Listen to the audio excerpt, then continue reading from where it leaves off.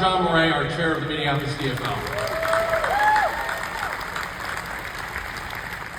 Folks, we got a lot of work ahead of us, and I encourage the candidates and campaigns here today to fight like hell for your endorsement, and then once we get that endorsement, let's leave this building as united as we can.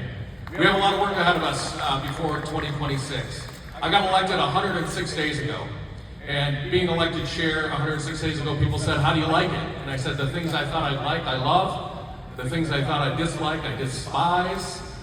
But ultimately, it had a lot of purpose because I believe in the work of our party. I believe in waking up every day to improve the lives of those around us.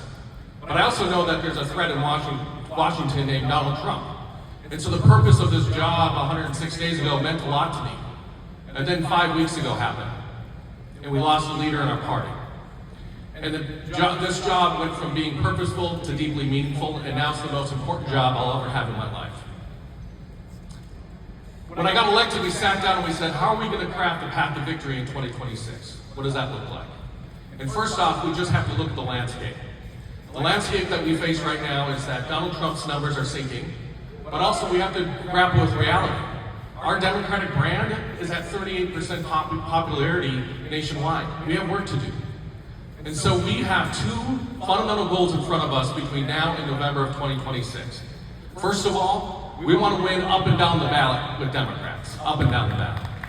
And second, we want to deliver the largest electoral defeat of a sitting president in the history of Minnesota when it comes to midterms.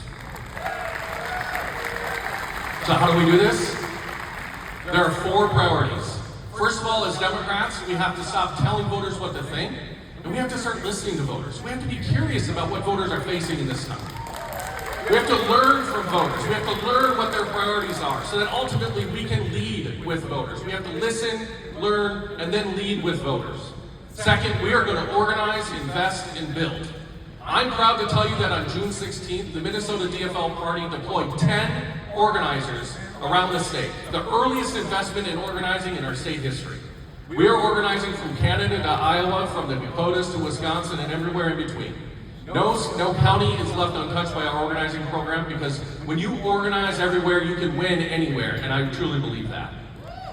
Third, we have to, as a party, improve our brand. We have to tell voters who we are. We have to make sure voters understand that we Democrats, we're the party of working families. We're the ones who delivered Social Security and Medicare decades ago, and we're the ones defending it today.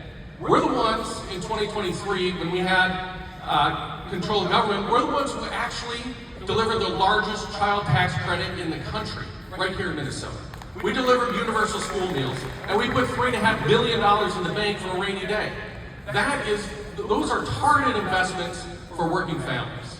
And then fourth, we have to make sure that voters remember who's responsible for the chaos and confusion they feel every day in their life.